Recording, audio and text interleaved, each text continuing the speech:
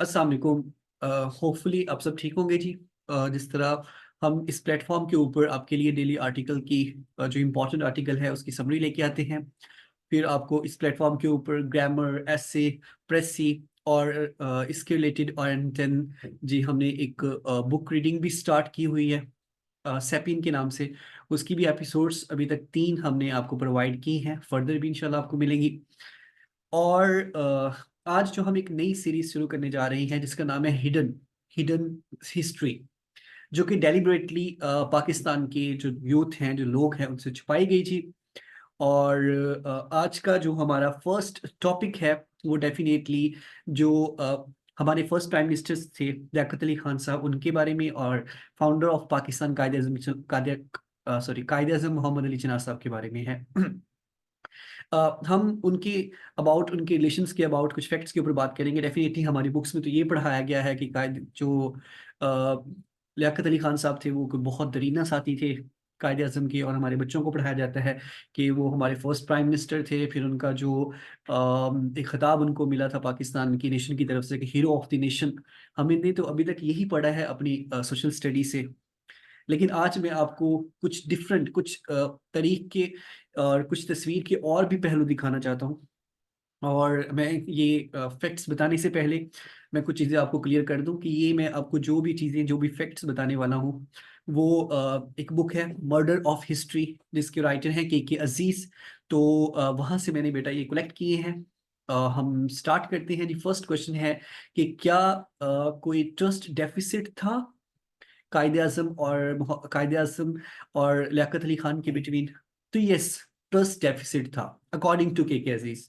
वो कहते हैं जी कि 1945 में लियाकत अली खान और भोला भाई देसाई जो कांग्रेस के लीडर थे, उनके बिटवीन एक सीक्रेट पैक्ट, एक सीक्रेट एग्रीमेंट हुआ था, जो कि था basically future actions of constitutions के अबाउट। उसमें कुछ चीजें थी जिसमें लियाकत अली खान साहब ने कांग्रेस से कहा था कि अगर आपने फ्यूचर में किसी भी किस्म की कॉपरेशन लेनी है मुस्लिम लीग से, और तो आपको मुझसे अपने जो कॉन्टेक्ट्स हैं वो इन्हेंस करना पड़ेंगे कंपैरेटिवली कायदे आज़म मोहम्मद अली जिन्ना। बिकॉज जो कायदे आज़म हैं वो सिक मैन हैं और वो बहुत जल्द मरने वाले हैं। सो नेक्स्ट डे जब ये जो उनकी चीज़ें थी वो लीक हो गई, तो कायदे आज़म ने जब ये न्यूज़ में पढ़ा, न्यूज़पेपर में, तो वो बहुत सख्त नाराज हुए और उन्होंने अपने पर्सनल सेक्रेटरी को या अपनी जो उनका स्टाफ था उनको ऑर्डर किया कि आपने लियाकत अली खान को अंदर नहीं आने देना जब वो मुझसे मिलने के लिए आए। एंड ये बात के कि अजीज साहब को कायदे आज़म की उस वक्त के जो सेक्रेटरी थे सैयद शरीफुद्दीन पीर सदा साहब, उन्होंने ये बात बताई। एंड फर्दर जी 1946 में जो कि मुस्लिम लीग की तरफ से एग्जेक्टिव बॉडी के लिए जो नॉमिनीज देने थे, उनमें भी डेफिनेटली वो देने थे जी उस वक्त के जो वाइसराय थे लॉर्ड बेल, उनको। और उसमें लियाकत अली खान साहब का फर्स्टली नाम नहीं इंक्लूड था। उसमें जी लियाकत अली खान साहब की जगह पे जो नाम इंक्लूड किया गया था वो था नवाब मोहम्मद इस्माइल खान साहब का नाम इंक्लूड था उसमें। लेकिन बाद में उन्होंने एक गलती की नवाब साहब ने कि उन्होंने ये बात प्रेस में बता दी, जिसकी वजह से कायद आजम साहब को मजबूरी में लियाकत अली खान साहब का नाम डालना पड़ा। एक तो ये एक इवेंट है, हिस्ट्री का हिस्सा है जी ये भी। लेकिन हमें इसलिए नहीं पता बिकॉज हमने डेफिनेटली हमें जो पढ़ाया गया और जो डेलिबरेटली हमसे छुपाई गई। सो खैर, फर्दर जी एक और बात जो इसी को आगे लेके चलती है, और वो ये है कि जब कायद आज़म की जो सिस्टर थी फातिमा जना साहिबा, उन्होंने भी जी एक बहुत इम्पोर्टेंट, जब उन्होंने एक मैन्युस्क्रिप्ट लिखा, एक आर्काइव्स थी जो उन्होंने अपने भाई के साथ लास्ट जो डेज में जो उनके साथ उन्होंने टाइम स्पेंड किया था, तो उन्होंने एक बात उसमें लिखी है कि लियाकत अली खान और कुछ लोग ज़ियारत में, जब आप गवर्नर जनरल थे और लियाकत अली खान उस वक्त प्राइम मिनिस्टर थे, first prime minister of Pakistan, तो आप गवर्नर जनरल थे, तो उस वक्त जी आपसे मिलने के लिए आए हैं वो लोग। तो आपने मिलने से इनकार कर दिया, बेसिकली वो इयादत के लिए आए थे।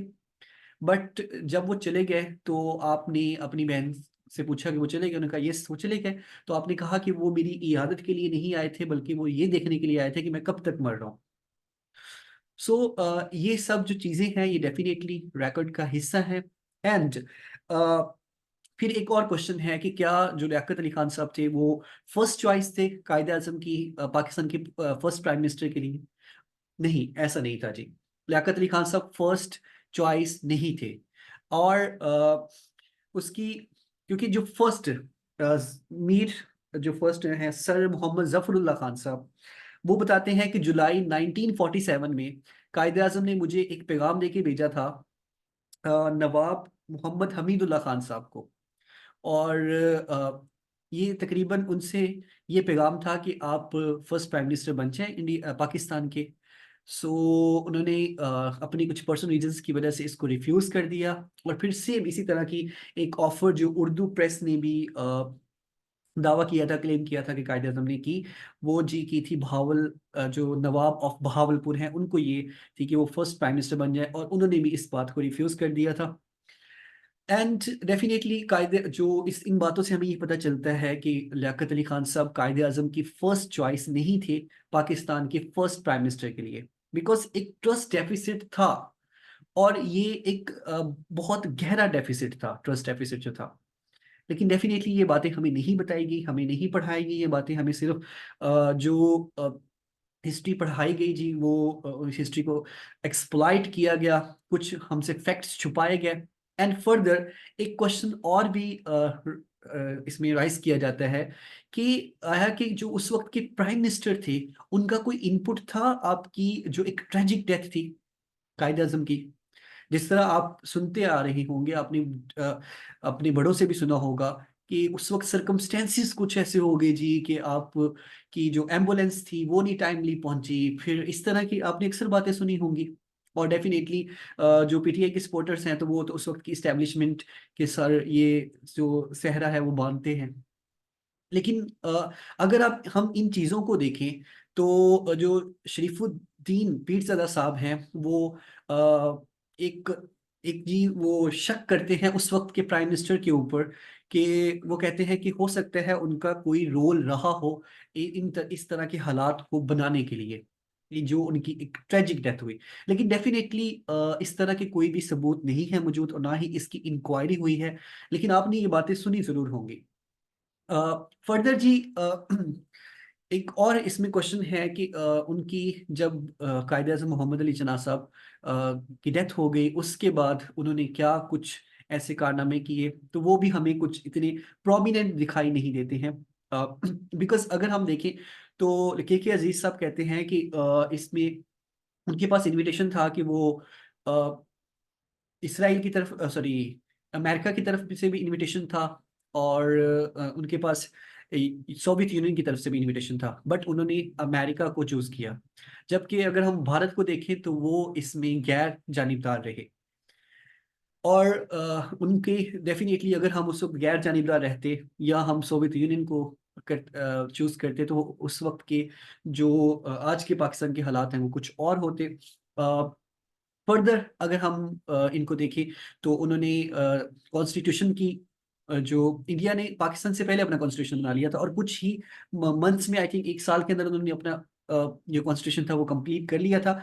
बट कायद जो उस वक्त के प्राइम मिनिस्टर थे, उन्होंने जी कोई इंटरेस्ट नहीं शो किया, उन्होंने उस प्रोसेस को तेज नहीं किया।